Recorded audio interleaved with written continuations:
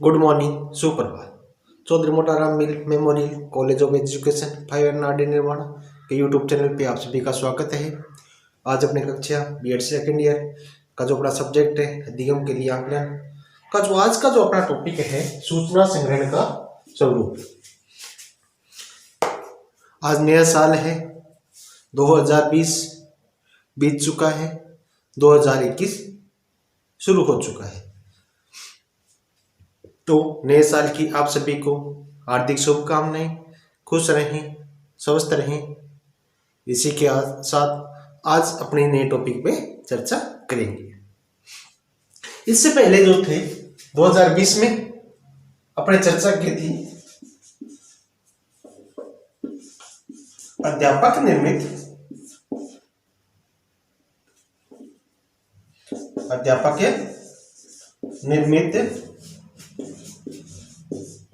परीक्षण पे अपनी यूनिट सेकंड का ये टॉपिक चल रहा था और इस पे अपने जो अध्यापक द्वारा जो टेस्ट जो आपका बनाया जाता है उस पे अपनी चर्चा हुई थी।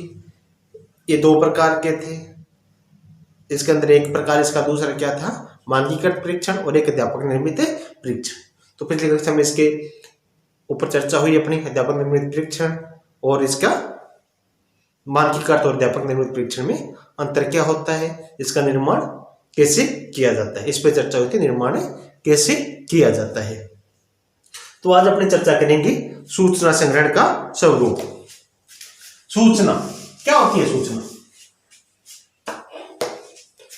सूचना चर्चा करें तो कोई भी जानकारी, डाटा क्या होता है, सूचना कहलाती है।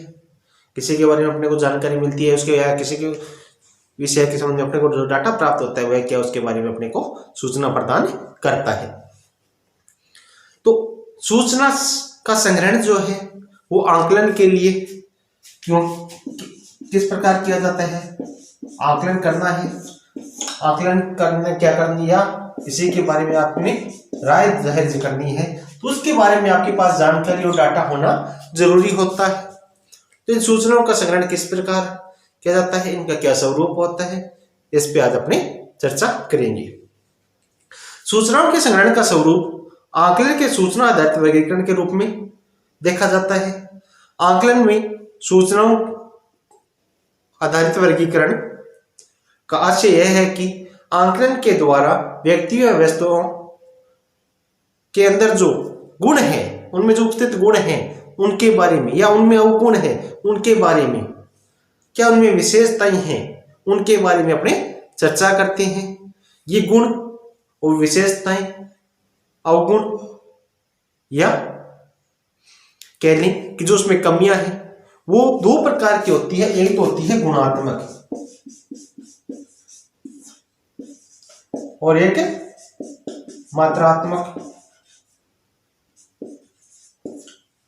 मात्रात्मक। तो ये क्या है, दो प्रकार की होती है। तो जो व्यक्ति की विशेषताएं हैं उसके गुणों के बारे में, उसके परिमाण के बारे में के आधार पर उसके जो गुण हैं उनके बारे में अगर अपने को जानकारी प्राप्त होती है, उसकी विशेषताओं के बारे में जो वर्णन किया जाता है, उसकी उपस्थिति है या नहीं है इसके बारे में चर्चा की जाती है, तो वह क्या हम उनका गुणात्मक वर्णन कर रहे हैं।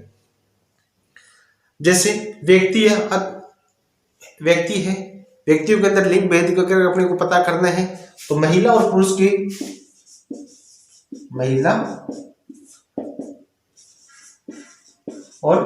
पुरुष के बीच में जो अंतर पाया जाता है, वो उनके बीच में जो अंतर पाया जाता है उसका क्या अपने क्या है, गुणात्मक रूप से आकलन करते हैं।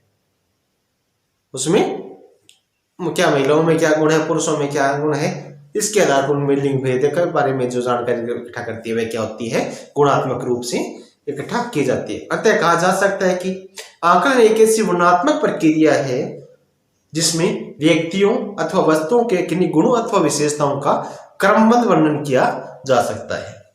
जैसे आकलन के द्वारा व्यक्तियों में उपस्थित यानी गुणों अथवा विशेष बुद्धि की मात्रा के बारे में अगर अपने चर्चा कर रहे हैं कि किसी व्यक्ति के अंदर क्या क्या है कि बुद्धि में की गुण है या उसकी बुद्धि किस प्रकार की है, उसका जो मात्रात्मक रूप से हमने वर्णन कर रहे हैं तो वह क्या होता है, उसका मात्रात्मक आकलन होता है।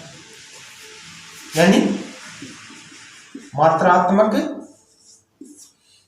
आकलन क्या है कि किसी के बारे में जो अपने चर्चा कर रहे हैं उसको अपने मात्रा या संख्या के रूप में, उसके अंदर इतनी मात्रा है, उसके अंदर इस संख्या में ये चीज है, उसके पास इस संख्या में है। किसी के पास कह लें कि आपके पास कह लें कि जो कॉइन है वो इतनी संख्या में आपके पास कॉइन है, या इतने पेन है आपके पास इस संख्या में पेन है, तो वह क्या आपका मात्रात्मक आकलन कहलाता है। इसी प्रकार कहें कि बुद्धि की मात्रा, उसमें क्या है, बुद्धि लब्धि जब याद करते हैं तो एक उसकी मात्रा याद होती है कि इसकी मात्रा यहाँ तक की है, तो वो क्या है, उसके अंदर मात्रात्मक वर्णन है उसकी बुद्धि के बारे में। वह इंटेलिजेंट है, बहुत अच्छा है, इसके बारे में अगर अपना बुद्धि लब्धि के आधार पर उसका तय करते हैं तो वह मात्रात्मक वर्णन है। और अगर कहते हैं कि उसके पुरुष के बारे में अगर वर्णन करें, हाँ जी ये पढ़ने में होशियार है, बहुत अच्छा है, इस बारे में अगर उसके गुणों का बखान जो कर रहे हैं तो वह क्या है, गुणात्मक आकलन है। व्यक्तियों के द्वारा क्या है कि विभिन्न प्रकार के गुणों जैसे लिंग भेद, रंग रूप, व्यक्तित्व आदि का वर्णन किया जाता है। यद्यपि साधारणतः शैक्षिक आकलन का तात्पर्य छात्रों की शैक्षिक उपलब्धि के संदर्भ में लिया जाता है, परंतु इसके अतिरिक्त बुद्धि जो है उसकी अभिरुचि है, समृद्धि है, व्यक्तित्व है, अधिगम शैली है, प्रेरणा है, आदि चरणों का भी आकलन शिक्षा के क्षेत्र में किया जाता है। तो इनका बारे में क्या होता है कि जो सूचना संग्रहण का जो प्रकार है वह क्या है, दो प्रकार से है। सूचना संग्रहण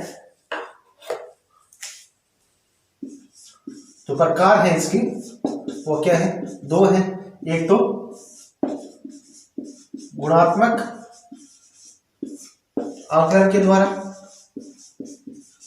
और दूसरा मात्रात्मक आकलन के द्वारा।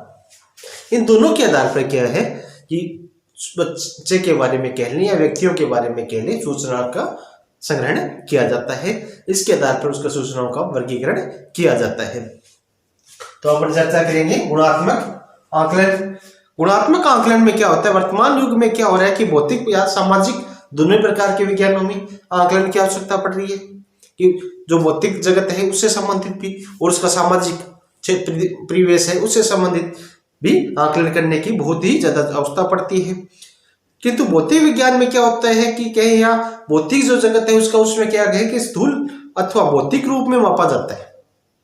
उसको क्या है कि स्थूल है या भौतिक रूप में उसको मापा जाता है और माप की निश्चित इकाइयां में व्यक्त किया जाता है। यानी माप की जो निश्चित इकाई जो होती है उसमें किया जाता है, उसके आधार पर क्या होता है कि उसका गुणों का वर्णन किया जाता है भौतिक जगत में। तो यानी भौतिक मात्रा में अपने पास में कह लें कि कोई वस्तु है उसका परिमाप अपने को पता है, उसके आधार पर अगर उसके गुणों का वर्णन करते हैं तो वह क्या है, उसका गुणात्मक वर्णन है। इसी तरह के कि सामाजिक जगत में कहीं जिसमें शिक्षा है, मनोविज्ञान से संबंधित जो बातें होती है उनका आकलन स्थूल न होकर के सूक्ष्म और जटिल होता है। वो क्या होता है, स्थूल न होकर के सूक्ष्म और जटिल होता है। इसका माप निश्चित एवं निर्दिष्ट इकाइयों में नहीं हो सकता। कि कहे कि साइकोलॉजिकल रूप से अगर किसी की मात्रात्मक गणना करनी है तो उसका एक लेवल करते कर सकते हैं कि यहाँ से यहाँ तक का होगा वह तो अच्छा होगा, यहाँ तक अगर इससे नीचे होगा तो वह कमजोर होगा, मगर एक निश्चित इकाई उसके बारे में तय नहीं कर सकते अपने कि बाल्य के अंदर ये चीज है, ये क्वालिटी है, सामाजिक क्षेत्र में इसके अंदर यह क्वालिटी है, इसके बारे में अपने वर्णन नहीं कर सकते। उसके गुणों की विशेषताओं के आधार पर उसके गुणों का जो वर्णन कर सकते हैं, यानी उसका गुणात्मक आकलन कर सकते हैं और उसी गुणात्मक आकलन के आधार पर उसकी डाटा जो अपने इकट्ठा कर सकते हैं। अब दूसरी बात करें मात्रात्मक आकलन, जैसे इसके नाम से स्पष्ट हो रहा है कि कोई मात्रा के अंदर है। पहले बता चुका हूं मैं आपको कि कुछ संख्यात्मक उसके बारे में वर्णन है कि उसके गुणों की विशेषता कोई मात्रा के रूप में कर रही है तो वह क्या है, उसका मात्रात्मक वर्णन है। जैसे टेस्ट में उसका अंक प्राप्त होना, टेस्ट अंक कह लें उसका कि टेस्ट में इतने अंक प्राप्त हुए हैं इसने, तो यह अच्छा पढ़ने वाला। तो उसके क्या है कि उसके अंकों के आधार पर क्या है उसका मात्रात्मक वर्णन कर रहे हैं अपने उसके बारे में। कोई चीज है उसके बारे में अगर अपने उसको किलो में कुंटल में अगर वर्णन करती हैं तो है क्या उसका मात्रात्मक वर्णन है। जैसे कहें कि किसी की लंबाई के बारे में बात करें तो उसकी लंबाई क्या है 5 फुट 3 इंच है, तो वह क्या उसका मात्रात्मक वर्णन है। मात्रात्मक वर्णन में क्या होता है कि कितना है, इसमें क्या है कितना है या कितनी है, इसका उत्तर हाउ मेनी या हाउ मच, इसका उत्तर अपने को प्राप्त होता है। तो वह क्या उसका मात्रात्मक अपने आकलन कर रहे हैं और उसके आधार पर उसका अपने डाटा इकट्ठे कर रहे हैं। गुणात्मक आकलन में कहें तो आप सोचते हो गुणात्मक आकलन में कैसे हो, तो वह किस प्रकार का है, इसमें क्या जाएगा किस प्रकार का है, तो उसका अगर वर्णन कर रहे हैं अपने तो वह तो क्या है उसका गुणात्मक आकलन है। और कितना है का प्राप्त हो रहा है तो उसका मात्रात्मक आकलन है। ये थे गुणात्मक और मात्रात्मक आकलन जिनके द्वारा सूचना इकट्ठी की जाती है। तो अपन चर्चा करेंगे गुणात्मक और मात्रात्मक आकलन में अंतर।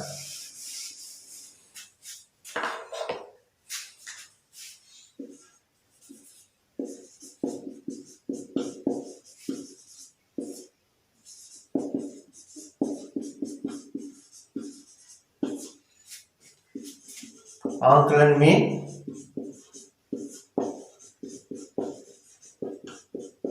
अंतर।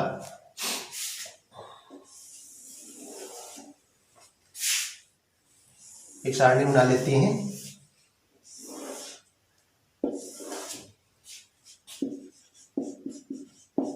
मात्रात्मक आकलन और गुणात्मक आकलन।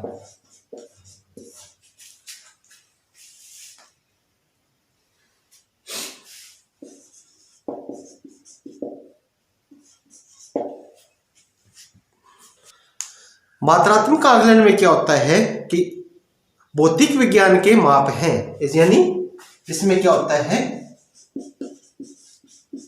भौतिक विज्ञान या भौतिक जगत के लिए जगत के माप है, इसमें क्या होता है। और उसमें क्या है गुणात्मक आकलन में बाल्य के सामाजिक क्षेत्र यानी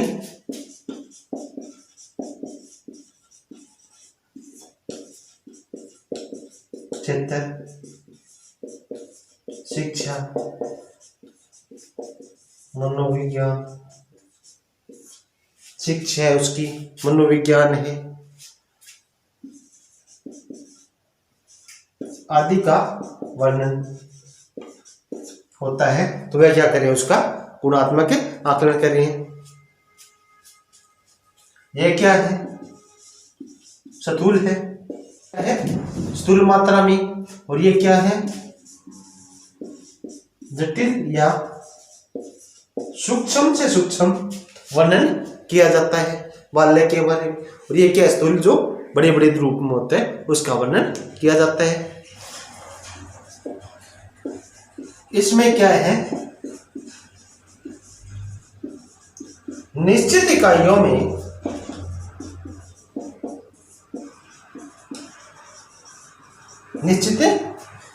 में वर्णन। इससे क्या है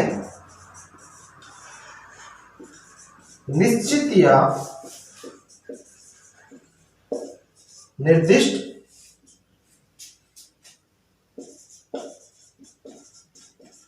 इकाइयों में व्यक्त नहीं कर सकते,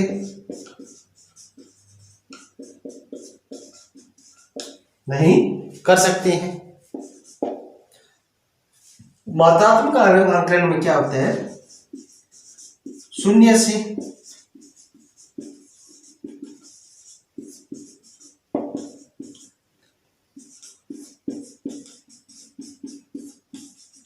से संबंध सदैव रहता है। यानी किसी ने अंक प्राप्त किए, जैसे किसी को 30 अंक मिले, अर्थात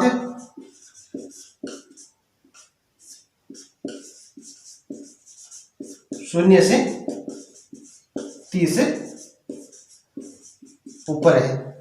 यानी किसी इतना संबंध क्या रहता है, शून्य से संबंधित रहता है। किसी को अगर 30 अंक मिले तो ये मान के चलते हैं कि शून्य जो था उससे 30 अंक यह ऊपर से चला गया, यानी शून्य से इसको 30 अंक ज्यादा मिले हैं। और इसमें क्या होता है कि शून्य का से संबंधित नहीं रहता,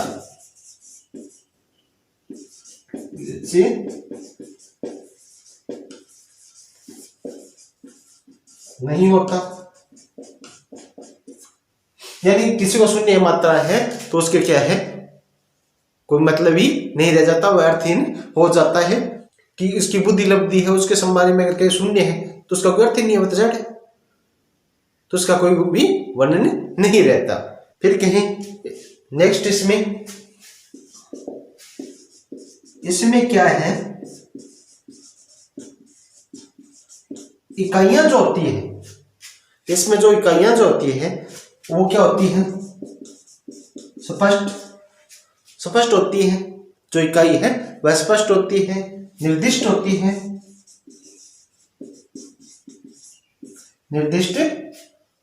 है, और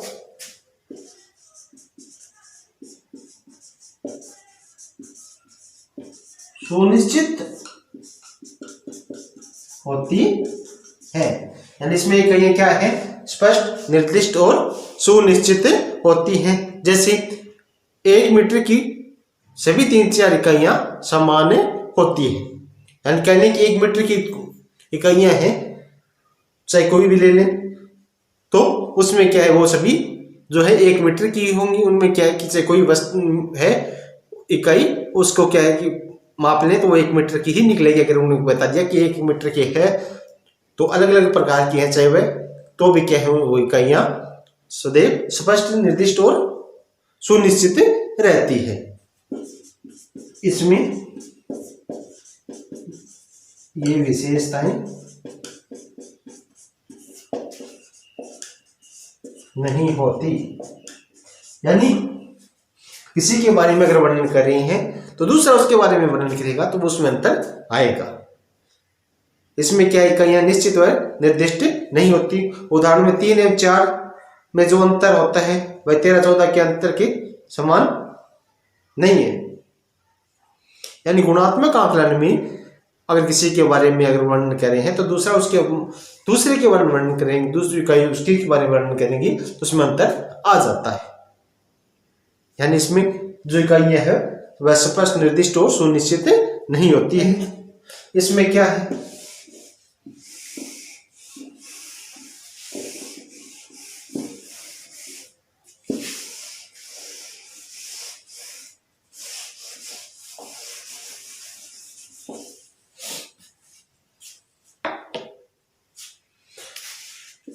नंबर में इसमें चर्चा करें। इसमें क्या होता है, संपूर्णता होती है। यानी कोई भी आकलन करें उसकी माप है वह क्या है, उसमें संपूर्णता होती है। और इसमें क्या है,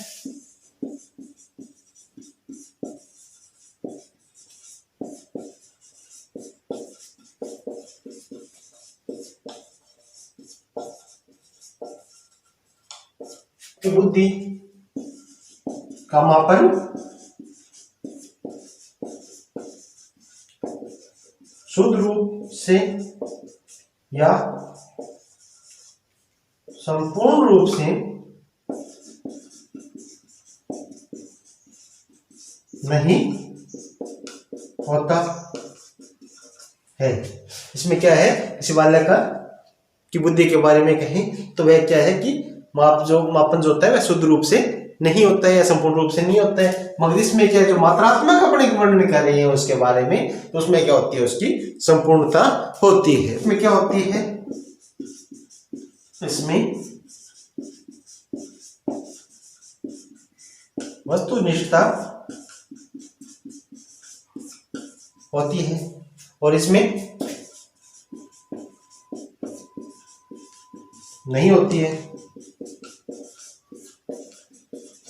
यानी माप है उसको कितनी बार भी कोई भी आंक ले, कोई भी मात्रा है उसको कितनी बार भी मिल ले, तो वह क्या है, उसका वही परिणाम निकल के आएगा। और इसमें क्या है कि गुणों का वर्णन अलग अलग व्यक्ति करेंगे तो उनके बारे में अलग अलग ही बातें निकल के आएगी। यानी यह वस्तुनिष्ठता होती है, उसमें वस्तुनिष्ठता नहीं होती है। इनमें एक जैसे उत्तर प्राप्त होते हैं, इनमें एक जैसे उत्तर प्राप्त नहीं होते हैं, यानी नहीं होती है। ये विषयगत होता है, यानी गुणात्मक आकलन जो है क्या होता है, विषयगत होता है, गत होता है, अस्थिर सापेक्ष आकलन इसमें होता है। तो ये थे गुणात्मक और मात्रात्मक आकलन में अंतर। आशा करता हूं आज की क्लास आपके समझ में आई होगी। धन्यवाद।